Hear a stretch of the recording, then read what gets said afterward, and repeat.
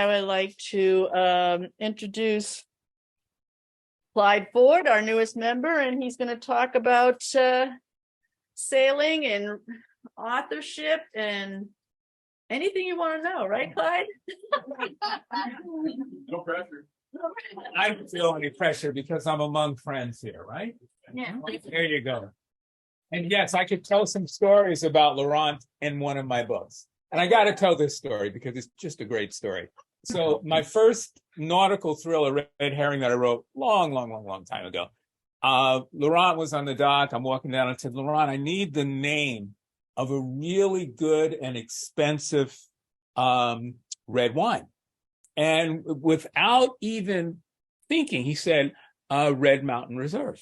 Because for whatever reason, that particular year, I don't know, was it 2005? It could have been. I can't remember what year. But their reserve was going for hedges for like $75 a bottle.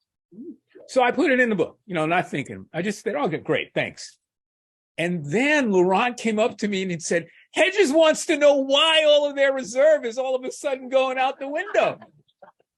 Because then I learned something that was so surprising to me. People were reading my book. That's surprising. And they were doing everything in the book.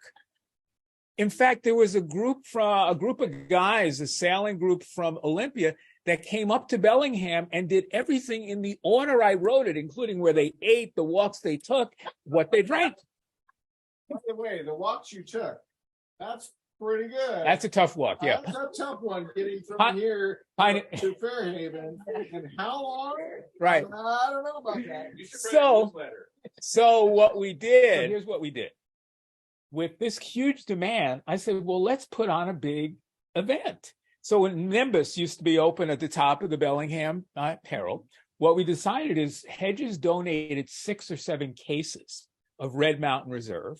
And everybody at the event, Chuck and Dee, when they owned Village Books, were part of it. Everybody got a splash glass of Hedges. And then I read from the book from where my characters drank Hedges, and everybody drank at the same time. Laurent, you were there. It was a great event. So yes, Laurent, it was a lot of fun, and Laurent was definitely involved in it.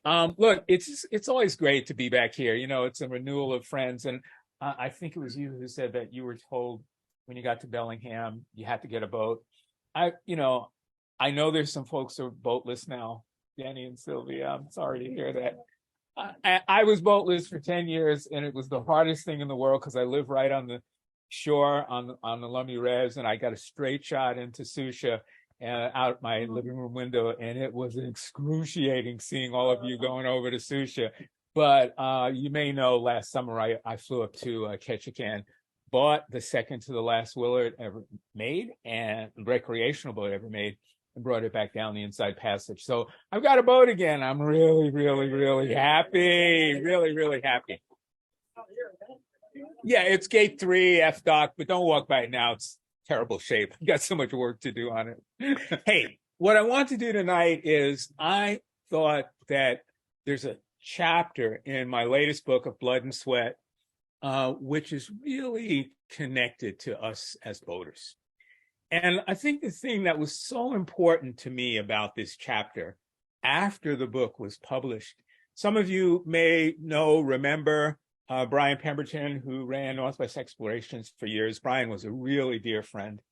And I got to read this to Brian just a couple of days before he passed, this section. The book wasn't even out in the stores yet. And so it's got this really kind of special feeling for me doing this section. Before I do the reading, just want to give you a little bit of background to the book and also to the section of the book I'm going to read from, so you'll understand why I think this is so germane and so important to the history of boaters, particularly sailboaters. So, first slide. This chapter really comes from my latest book of Blood and Sweat, Black Lives and the Making of White Power and Wealth, which really was an opportunity for me to answer some questions that I had personally. It's really particularly in the wake of the George Floyd killing. I just had some questions about history. I had some questions about African-American history. I knew a fair amount about it, but I still had some questions. And so I'm the type of person, and there are a lot of authors like that. If you got questions, and you want to know something, write a book. It's a great way to learn things. It's just a super way to do that. Next slide. And you have to probably hit it twice. So that's a picture of a really famous figure in African-American history, Paul Cuffey. And you can see in the background, this is a picture done probably late 1880s or early 1890s. You can see that ship in the background. So you can see how he's dressed. You get the sense that this is a man of the sea. Actually, Paul Cuffey was a whaling captain. He lived in Massachusetts. His father was an Ashanti who eventually was manumitted by the man who was his owner for a while. His mother was a Wampanoag Indian. Really interesting history that Paul Cuffey has. And again, he established one of the really large shipping ventures in New England. He had shipyards where he built ships. He himself was a whaling captain. He was also a shipping captain for ports all around the world. And he was a really great abolitionist. And the reason I'm putting this picture up is that in the early 1800s, and this was a fact which just really kind of astounded me, African Americans, both enslaved and free, were 18% of the American population, but African American men were 18% of the seafaring industry in the United States, which is just very surprising. Most people don't know that. And these were both enslaved and free African American men who were everything from ship captains to shipwrights. Some of you probably know the name Frederick Douglass. Frederick Douglass was actually able to escape from slavery because he was a shipwright. He knew all the lingo, and he actually borrowed a person's sailor's card, which was the first document really that many African Americans ever got to say that they were American citizens. He borrowed that, he talked the talk, walked the walk, dressed the clothes, and was able to escape up from Maryland to Massachusetts. So really interesting history about African Americans and the sea. Then what surprised me, next slide, was to learn about a fellow. This is John Winslow, General John Winslow, who, and again, we're talking now before even the Revolutionary War. So this is a British general living in Massachusetts. The Winslows, kind of a long history in terms of Europeans going right back to the Mayflower and also governors of the state, you name it. So this is John Winslow, who also was a slave owner. And one of the enslaved men he had, next, hit it again, was a fellow named Briton Hammon. And Briton Hammon has the distinction of being the first African-American man to have a published book. Not the first African-American, that Phyllis Wheatley and several others who were women did, but his book was all about his adventures sailing. And I thought, wow, in some way, I, as a Black author and a lover of the sea, can trace my history, at least metaphorically, back to Briton Hammon. So in doing the research on this book, I was actually able to find Briton Hammon's book. It's a very short volume, written in the style of the early to middle 1700s. Not very approachable, very kind of, well, I did this, and then I did that, and then I did this. And you know that more had to go on in between the did thises and did that's. And so what I took it upon myself was to take that short factual statement of his life and imagine what it would really be like to tell the story of living that. And that's what I'm going to share with you in a moment. Next one. So Hammon and also Winslow then came from that little red dot on the map, and that is Marshfield, Massachusetts. Marshfield. And you can see, you know, the crab arm around there at the end there. You've got Cape Cod, and a lot of sailing happened right out of Plymouth. So what would happen is, and you'll see when we get to this part in the book, that Hammon would actually walk down from Marshfield to Plymouth. And that was where his adventure started. Again, I don't want to say too much, but next slide. Actually, I think you have to hit it twice. So the term of art in those days, or the description was to go to sea, to go a voyage to sea, which is exactly what you'll see Hammon was asking for. And the idea of this voyage was that Hammon was going to sign on to a ship. And in those days, he was going to give 98 or 99% of what he made to Winslow, but he was going to get the opportunity to go from Plymouth to Jamaica, where they were going to pick up a load of bloodwood trees. Next, get that again. This is what bloodwood tree. This is a real bloodwood tree. It's amazing. It's a tree where the sap is this blood color. And that blood-colored sap was used extensively in New England for dyeing fabric. As many of you may know, New England was the center of fabric making and clothing, not really clothing in early days, fabric that was then sent to other parts of the world. So this is very, very, very valuable commodity. Take an empty ship down to Jamaica, load it up with bloodwood, and bring it back to New England. Get that again? Thank you, Andreas. This is basically what he was going to do. And it was going to be about a 3-month journey. And you'll see that this 3-month journey turned into a 5-year adventure. And this was so fascinating to me. So now I get to read to you, and you get to enjoy this story of Briton Hammon. And for me, believe it or not, I have to take off my glasses to read. Oh, good. There's somebody else like that. A light dusting of snow overnight reflected the light, making it appear much brighter than it should have been this early in the morning. My breath frosted the metal oil lamp I carried. This is Briton Hammon talking. A small flame flickered in my hand. I didn't really need it to see, but the warmth felt good. I crept from my cold room off the kitchen toward the roar of the reading room fireplace. Underneath me, a floorboard creaked. Briton? I stopped, sucked in a breath. Briton, that you? Why, yes, sir, Master Winslow, it's me. Come in here, come, and be smart about it. I finally exhaled. In the darkness of the reading room, gold leaf titles glittered, arranged on among the shelves and the book spines. A chandelier in the center seemed to sway back and forth in the heat, tiny fire rainbows leaping from the cut glass. Had I not known Master Winslow was sitting in that high-back chair reading, I would have thought the room empty. Since the chair hid him from view, his disembodied voice called out to me, Briton, do you know what day it is? December, sir.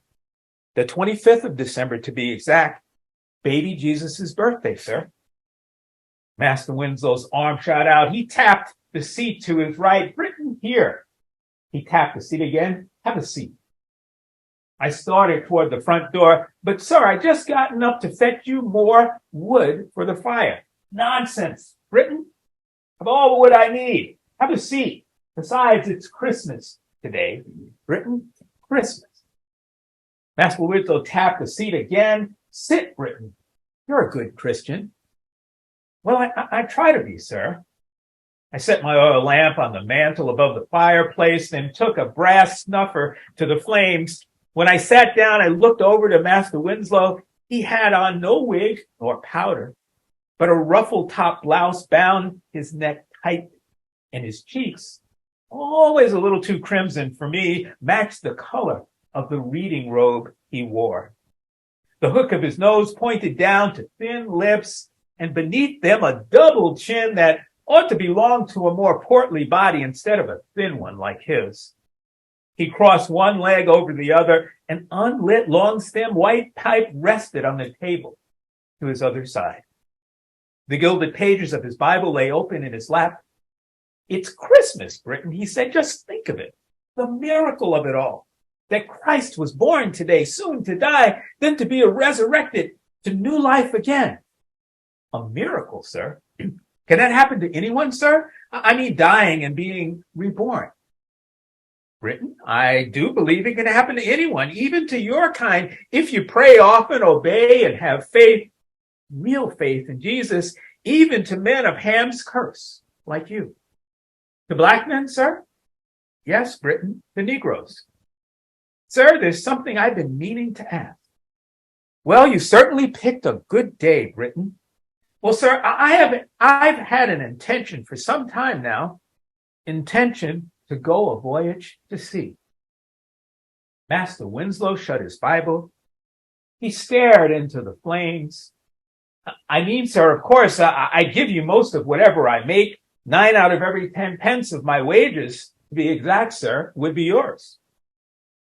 Master Winslow still said nothing. So I thought I'd be best if I joined him in silence. I just stared at the flames. Maybe I have the answer and some vision as he was looking for.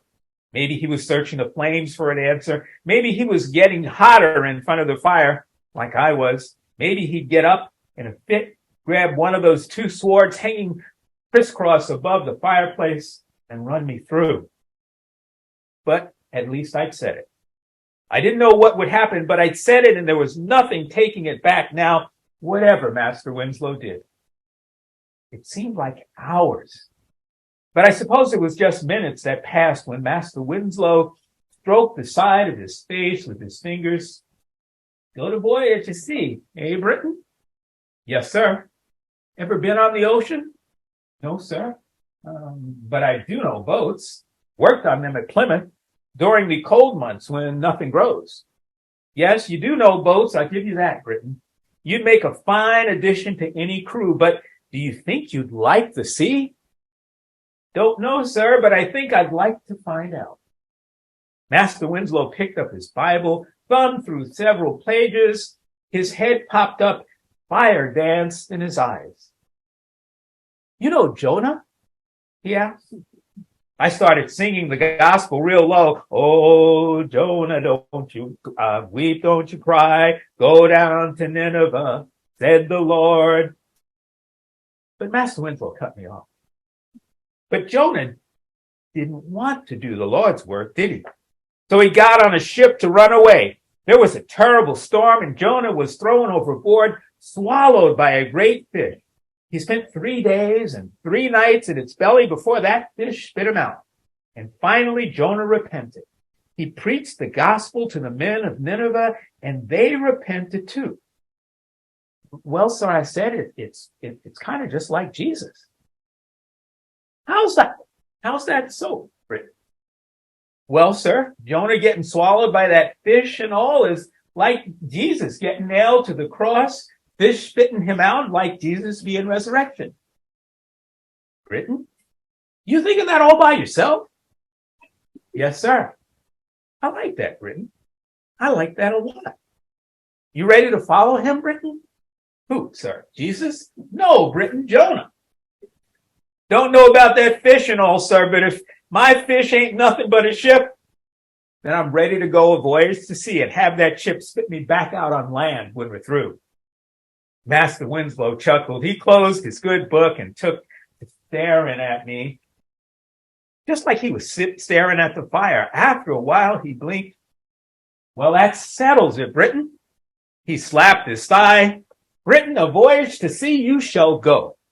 Good fortune's in at Plymouth, and you will ask for the sloop's master, John Howland.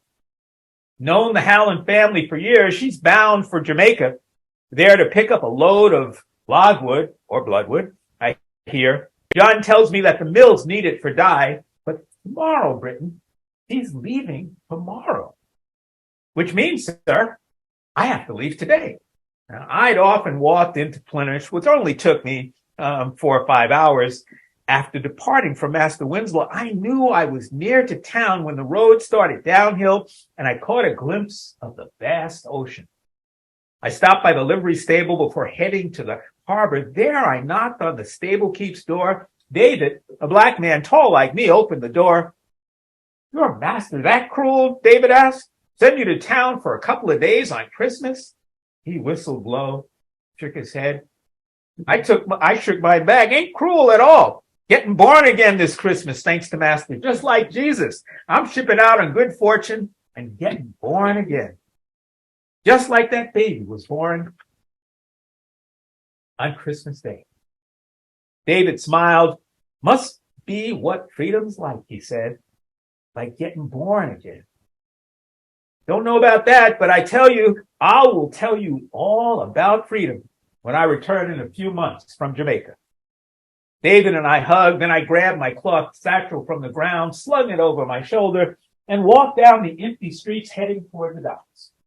Gulls cackled overhead. My breath left me like steam, then came back in cold but smelling of salt air mixed with manure. Ahead of me, only one ship showed any signs of life. Sailors rolled wooden barrels upon a gangplank where they slapped down hard on the ship's deck. Good fortune was not long. Maybe 40 feet would be my guess. A tall single mast rose from her center. Halyards fastened fore and aft had sails furled up around them. As I approached the ship, a sharp voice cut through the chilled air. Now that barrel goes below on the larboard. Damn you, Walters. I don't care if it is Christmas Day. You look lively, man, or you'll have no Christmas supper today and eat nothing but salt water. That's salted pork for the galley, not silk dresses for the girlies. Take it there, man, and be quick about it. You have half the ship to load. I figured the voice of the burly man to whom it belonged must be Captain John Howland. So I walked toward him. He held a paper in one hand, blew his warm breath through the other, and then alternated the hands he used for the paper and his breathing. Captain Howland? I asked. He looked up from his paper. His eyes ran the length of my body several times. Not taking any more loads, boy. No space in the holds. He turned back to his paper. Not here with the load, sir, he grumbled. Then what the hell are you here for? Reporting for ship's duty under your command, sir. Hell you are, boy. We got us one blackjack aboard already, and that's one too many. My master, John Winslow, said you were bound for Jamaica and told me I should ask you to sign up as crew, that it be a personal favor for him. Well, did he say all that now? Yes, sir, he did. You get the hell out of here, boy. He kicked me to the ground. My satchel flew from my hands. My clothes scattered on the hard earth. I looked up at a heavily bearded face, the snarl of yellow teeth, and you don't come back to my ship ever again. I scrambled to collect my clothes. Mr. Samuels! Another voice boomed from the ship. What's this commotion all about? The man in front of me snapped to attention. Sir, Captain, sir, this blackjack says he wants to board his crew, and I told him we already got one blackjack and we ain't taking any more. I looked over to the gentleman wearing white pants beneath a blue long-tailed coat with a white blouse, silver buttons, and a matching three-point hat. He strolled the deck of good fortune toward the gangway. The man in front of me bellowed, Captain coming ashore, clear the gangway, you damn salty fools, clear the gangway. Make way, Captain coming ashore. Captain John Howland reminded me a lot of Master. Ruddy cheeks, a similar hooked nose, and thin lips, but no double chin. The captain, unlike Master, was shorter than me by a few inches. He strutted over to me, clasping one hand and the other behind his back. I stood up from gathering my clothes, stood at attention, as I'd seen the others do. The captain wore gloves, and he jabbed me hard with his index finger to my chest. You want to board my ship? Jabbed me in the chest again. Yes, sir. Like my first mate said, we already got our share of blackjacks on board. Yes, sir, I understand that, sir, but my master, John Winslow, said you might do him the great honor of having me ship aboard as crew to Jamaica. John Winslow? Yes, sir. Your master? Yes, sir. John Winslow of Marshfield? Yes, sir. Wants me to take you as crew to Jamaica? His finger came at me again, but I didn't flinch. Yes, sir. Captain Howland paced around me. Then he stopped walking in circles and walked over to the man he called Samuels. Mr. Samuels, you will show this. Captain turned to me. What's your name, boy? Hammon, sir. Briton Hammon. You will show Hammon his berth. But, sir, we don't. The captain snapped. That'll be all, Samuels. The Winslows are longtime friends of the Howlands. Not another word from you, Mr. Samuels. You will show Hammon a berth. Samuels growled, "Yes, sir." I gathered the remainder of my clothes, and just like that, I had the top bunk of a small wooden berth below decks in the forecastle. No sooner had I thrown my satchel onto the berth when Samuels was barking at me. I didn't dare smile. "Hammond, damn you, man, don't fancy blackjacks, but if you're on my ship, you're under my orders. So you help Walters load that next barrel." We left Plymouth Harbor the day after Christmas. We were not long out to sea when I first met the other blackjack aboard, Moses Newcock, a man so light you'd almost swear he was white, hailed from Jamaica. He and I became fast friends. He'd been to sea for 20 years, and he taught me all I didn't know about life before the mast.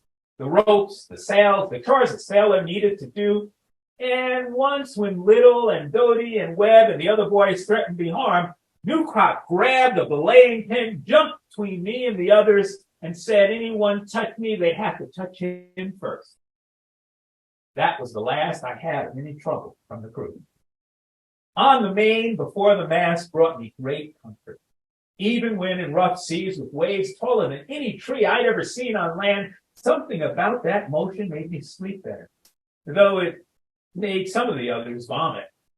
When our quarters reeked badly, I'd stick my head out in fresh air, careful not to let the captain or the watch officer see me. Looked like I could reach out and touch those stars. On calm nights, looking up to the heavens, I talked to my friend David a lot, even though he wasn't here. Talked to him about what it was like, feeling free. I think we must have been out on the main for nearly a month when one day, from the crow's nest high above us, I heard Collymore shout, "Land ho! Land ho!" He pointed off to his right. Every man ran to the rails. The helmsman leaned hard left into the tiller, and the Good Fortune swung in the direction of land. "You ever been with a woman?" Newmark asked. "No," he whistled low. "Got lots and lots of pretty colored gals in Jamaica. About all of them love sailors." He laughed. "Ham," he said, that's what he'd taken to calling me. "This is really going to be your maiden voyage, huh?" Slapped me on the back. The next day we tied up in Jamaica, and that night, with Newmark's expert guidance, I did enjoy my first maiden voyage. In fact, I enjoyed it for each of the 4 nights we were there. After that, we were off to Campeche. It took us 10 days to get there, and each night along the way seemed like I thought more and more to tell David about this thing called freedom. After tying up in Campeche, Captain Howard called for Newmark to accompany him and Samuels ashore, since Newmark was the only man aboard who spoke Spanish. A few hours later, Newmark was back at the Good Fortune, smiling, and for the next several days, the crew did nothing but load bloodwood.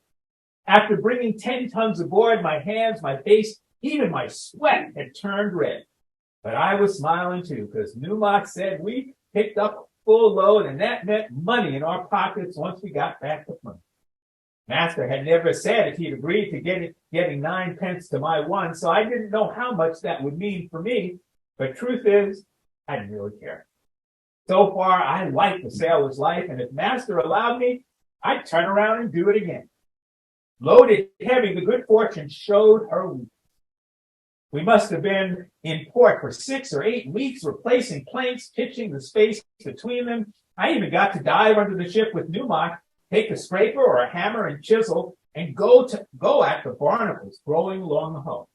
In the evenings, I also got to sample Campeche's style of maiden voyages.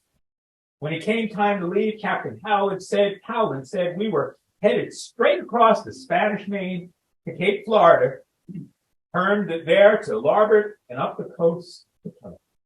No stopping, no provisioning, no dallying. Every man aboard liked what they heard.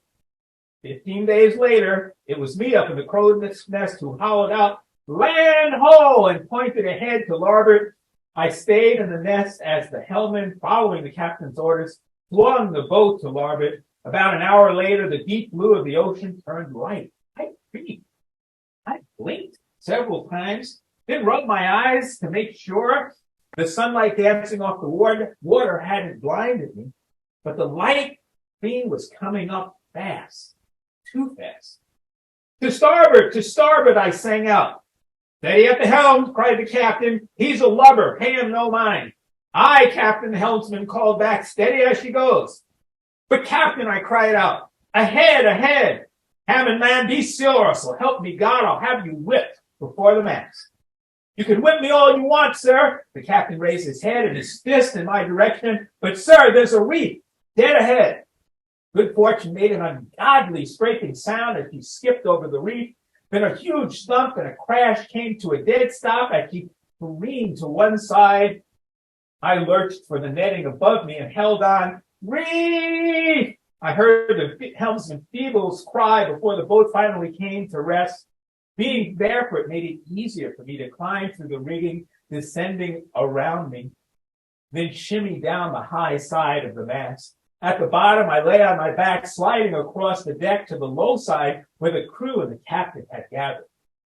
Webb came at me with a belaying pin. God damn it, he spit out. It's what you get for having a lubber, and a black lubber at that in the nest. Newmont held him back.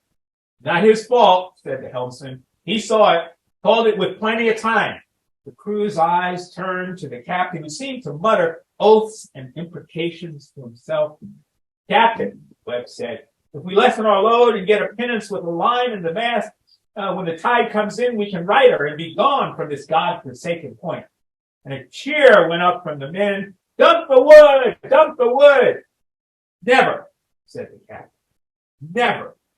It's a half year's wages there for everyone. Dump the wood, we might as well be dumping our wages too. Doty, with his thick Irish accent, spoke up. Captain, better the wood than our lives. Besides, what's wages if you're too dead to spend them? Everything in Davy Jones' locker is free. We will not dump the wood. That's an order, said the captain. We will wait here for high tide to clear the reef, then use a pinnace to pull us out to sea. Pinnace, by the way, for those who don't know, is a dinghy. Our galley was flooded. So too our quarters. We had little to eat and nowhere to sleep. Nerves had worn thin. Talk of mutiny floated among the crew. On the second day, the captain announced a new plan. The pinnace would ferry most of the crew ashore, while the captain, one hand, would stay on ship, waiting for the tide to right the ship. On shore, we would make camp, forage for food, and cook until a more suitable rescue could take place. But as I rowed back to shore with the second group of men, we spied what first seemed like more rocks exposed by the tide, but soon turned into Indians in canoes. Indians! Indians! Someone shouted out. We shouted to the captain, but it was hard to determine if he heard us, and by now we had problems of our own. 60 problems. Several to a canoe, paddled quickly and soon overtook our pinnace. 2 canoes carrying 3 men with loaded weapons stayed to guard us as we floated adrift. The rest of their party made for the good fortune. We watched in horror as they boarded the ship and shot the captain and all aboard. They dumped the bodies overboard and got back into their canoes and headed for us. Laddies, said Samuel, they're all dead men now. The canoes were soon upon us. We watched as they reloaded their weapons, took aim, unleashing a volley that killed 3 men around me. I do not know why a bullet did not pierce my heart, but at the sight of Young and Little and Doty covered in blood and slumped over, I dove into the water, preferring sharks over drowning to lead. Sharks or drowning to lead. 3 or 4 minutes later, the crack of another volley sounded. I looked back to see my friend Moses Newcott slumped over the side of the pinnace, blood dripping in the water from his lips. In a moment, I expected to see fins. But instead, I saw canoes and the business ends of many rifles pointed in my face. Stopping wet, I hauled into a canoe and I was beaten senseless with the handle of a cutlass. The Indians paddled back out to Good Fortune, where one of them leapt aboard, set a fire, then retreated to a canoe. We bobbed in the water, waited, and watched to the whooping and hollering of the natives till Good Fortune burned to the water line. My captors kept me for 5 days in their village. Each day I thought of Jonah in the belly of that big fish, and I wondered if I'd ever be spit out. On the 5th day, the Tesoro del Senor, a Spanish schooner, arrived from St. Augustine.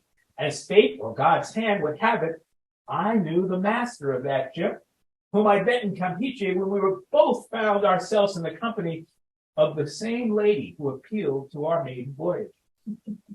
The natives appeared to have great respect for Captain Ramon. They talked back and forth with him. While I did not understand what either of them said, Captain Ramon's English was excellent. They agreed to release you to my custody, he said, to travel to Cuba. And just like that, within a day's time, I stepped off the Tesoro del Senor in the port of Havana. But after 4 days there, my captors were there too. Now, I do not know if they paddled from Florida or managed passage on another Spanish ship. They demanded me released to them as I was their captain. Do not worry, Senor Ramon said. We shall take up this matter with the governor. Felipe de Condesiella y Ondeano Marquez de la Torre spoke abruptly to the natives. He's the governor. And by the way, all this is true. He's not happy, Ramon said, that they killed everyone aboard the English ship except you. There were more back and forth between Marquez de la Torre and the natives. Then Ramon turned to me. The Indians said they keep you alive because they know that men with burned skins are more valuable. The governor said that from now on he will pay the Indian 10 silver pieces a head for English brought to him alive, and agreed to 12 silver pieces for men like you with burned skins. After their intercourse with the governor, the natives seemed pleased, and I never saw them again. For a year I lived in the governor's castle and worked for him. I freely roamed the streets of Havana. I even came to speak passable Spanish. One evening, though, while walking, a Spanish press gang grabbed me, threw me into prison, and that next morning informed me I'd been pressed into service aboard the San Pablo, bound that day to Madrid. I refused to go and was then thrown into a dungeon. There I stayed for almost 5 years. I knew no bleaker, darker belly than that of this iron and brick fish I'd been swallowed by. I appealed to anyone who came to that thankless pit to bring my name up to the governor, but it was not until an English merchant vessel sailing out of Boston stopped in Havana for repairs that I received any relief. One Betty Howard, the wife of the ship's captain, at dinner with the governor, interceded on my behalf, and the next day I was ordered released to resume my stay at the governor's castle. I vowed then to escape this island prison, even with the pleasantries I now enjoy. When an English 21-gun warship pulled into Havana Harbor, I snuck aboard and hid, revealing myself only as we left port for open water. I pleaded with the captain to take me, but he insisted he would not and sent me back ashore in a pinnace. My attempted escape displeased de la Torre, who now had me closely guarded. In a year's time, however, perceiving a lapse in my guard's schedule, I slipped out of the castle and headed toward the harbor, where I knew a sloop bound to Jamaica was ready to cast off. But de la Torre's guards stopped me before I could get to the sloop. Now I was ordered to be one of 6 chair bearers for Cuba's head bishop, who traveled around the country blessing and baptizing native Cubans from the chair carried on his shoulders. I actually was paid for my service, and I lived quite well, though I continually searched for a way out. That finally came in the form of the Beaver, an English man of war that stopped into port. With the intercession of a kindly benefactor, the lieutenant of the Beaver agreed to take me on board and refused to hand me over to the Spanish who boarded his vessel, demanding my release. Finally, I was headed away from Cuba. We stopped at Jamaica for only a few days, though long enough for me to renew my skills at captaining maiden voyages. Then the Beaver set sail for England as consort to a convoy of merchantmen. We arrived safely just north of Dover. I thought I might finally find some respite, but apparently my seamanship skills had now grown to the point where I was in demand as a sailor. I was passed between several man-of-wars until landing on the 74-gun Hercules, which immediately left port. But before getting away from the channel, we were engaged in a smart battle with an 84 gun French warship. Captain John Porter, master of the Hercules, lost his leg in that fight, and 70 of our crew were killed. I myself received a head wound from being grazed by a bullet and an arm wound where I'd been cut by a saber, but I recovered quickly, seeing now that seamanship was all I knew. I shipped out on another warship but was discharged for my arm injuries. But land just wasn't for me. Not long after that discharge, I got severe fever, which landed me in a small London apartment to recover. Lying in bed close to death, again the image of Jonah and that big fish came to mind. Had no work. I spent all my money. So now I was nearly desperate. I felt compelled to sign on to a slaver bound to West Africa. The thought of manning a ship that would pick up people who looked like me, treat them like cattle, then deliver them for sale made me queasy. The lack of money made me even more ill. No other ship would have me now, especially with my arm's injury. The night before shipping off on that slaver, I overheard some men in a tavern talking about rigging a ship bound for Plymouth, captained by a man named Wyatt. So I approached Captain Wyatt, explained to him my circumstances and my years for the mast. For the next 3 months, I replanked and recalked his ship, mended sails, and generally got her ready to sail. One day, while working in a hold, I heard a voice that sounded very familiar. I walked out on deck and saw Captain Wyatt speaking to another man. I shook my head, rubbed my eyes, but before approaching, I asked the ship's mate, who was it that Captain Wyatt was conversing with? Why, that's General John Winslow, the mate said. By this time, I was bursting at the seams, and I determined to take my chances, even if I was wrong. I walked down the gangway toward Captain Wyatt and this other man. About 20 yards away, I said, Master Winslow? Both men swung around to me, but the cheeks of the man on the right flushed dark red, and I knew for certain. Briton? Briton, that you? Yes, sir, Master Winslow, it's me. We rushed towards each other and hugged each other. Tears came before any words. I thought you were lost at sea, John Winslow said, but I'd never see you again. Not lost, sir, just in the belly of that big fish for 3 long days, 3 longer nights, 5 years after that. But I just got spit onto land. Master Winslow and I sailed back to Plymouth with Captain Wyatt. It seemed like we were all talked out by the time the ship docked. Master Winslow let me stay in Plymouth for as long as I wanted. He left for Marshfield in a wagon sent to pick him up. I walked over to the livery stable, knocked on David's door. The door swung open. David's eyes flashed wide. Briton, my friend.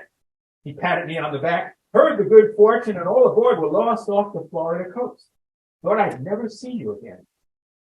David, I said, let's find a place we can sit. I want to tell you all about freedom. I never did go a voyage to sea again, but whenever I pass along the ocean on my way to Plymouth, I look out to the sea, I take a deep breath, and I give thanks that I once did. Thank you.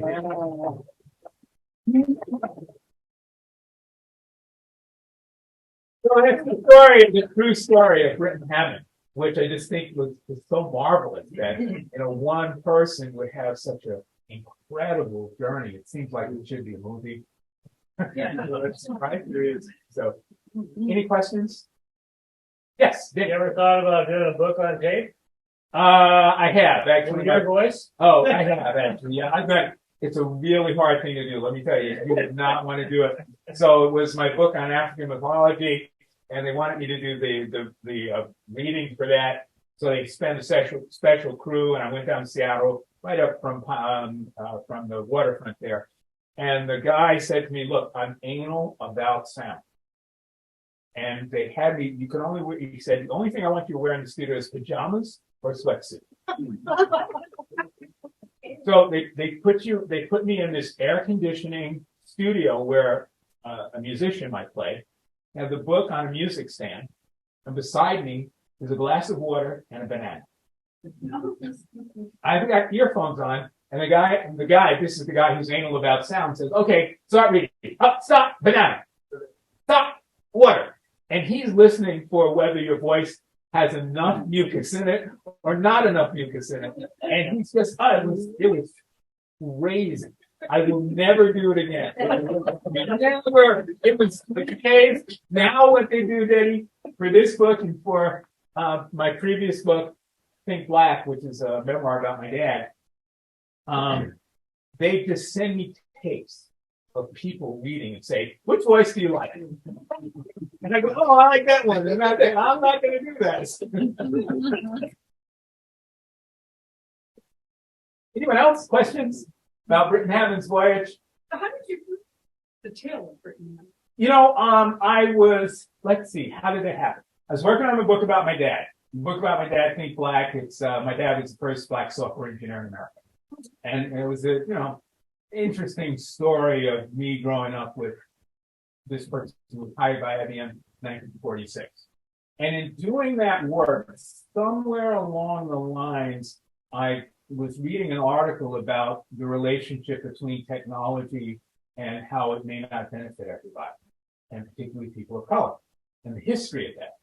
And then I got to reading about technology and building chips and just how this whole idea that technology doesn't benefit everybody, it benefits certain people and disadvantages others, was traced back to the 1400s, 1500s. And doing that work, the first technology where that was such a clear indication of building ships for a purpose to benefit some but not others was the ships that were built by the Dutch to get Europeans to Africa to exploit the resources, both people and natural resources.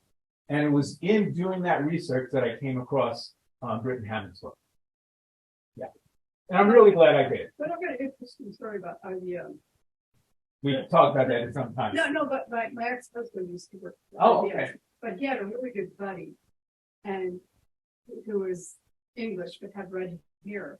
And IBM almost didn't hire him because he had red hair. Yeah, believe me. And I'm going, so I'm kind of like. Think Black is the book. If you want to read more about IBM's involvement in the Holocaust, apartheid, and just some of the incredibly bizarre stuff. I was able to discover some of that to my deep chagrin because I also worked for IBM too. But we're here to talk about Briton Hammon. So. Yeah. Anyone else? Question? Okay, I have a question. And it's a need. And since I'm a Corinthian Yacht Club member now, which I'm so glad about, I know somebody maybe can help me. I need a slip. I'm in Bedford. Big slip or white slip? 30, 33, or 36. You need to talk. I need to talk to Laurent. Laurent, we will talk. Hey, thank you very much. I've got a couple of, I've got about 10 copies of my book. I didn't know if anybody'd be interested, but if you are interested, I'll sign a copy. They're normally $28, but they're $25 from the author direct. Author direct. Yes. Sign. We'll take one. Yeah. Well, people will line up. And I'll be right here. And thank you so much. Like I said, I'm so thrilled to be a Corinthian Yacht Club member so that I'm sharing with friends and renewing old friendships and making new ones. Thanks again. Thanks.